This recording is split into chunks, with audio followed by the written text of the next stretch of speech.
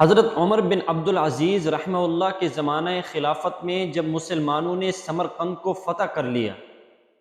اور وہاں مسلمان بسنے لگے اور انہوں نے اپنے گھر بنا لیے اور ایک عرصہ گزر گیا تو سمرقند والوں کو یہ معلوم ہوا کہ مسلمانوں نے سمرقند کو اپنے نبی کی سنت کے خلاف فتح کیا ہے۔ سنت یہ ہے کہ سب سے پہلے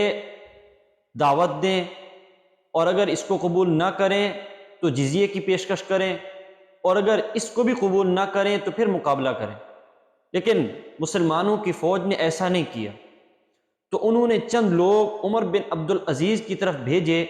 کہ آپ کے لشکر نے سمرقند کو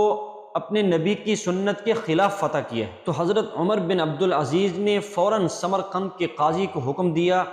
کہ وہ عدالت لگائیں اور اس بات کی تحقیق کریں۔ اگر یہ بات صحیح ثابت ہو جائے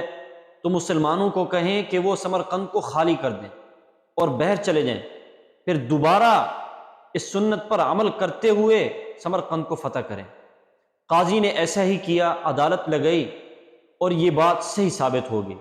تو قاضی نے حکم دیا اور مسلمانوں نے سمرقند کو خالی کر دیا اور باہر چلے گئے۔ جب وہاں کے بت پرستوں نے یہ عدل و انصاف دیکھا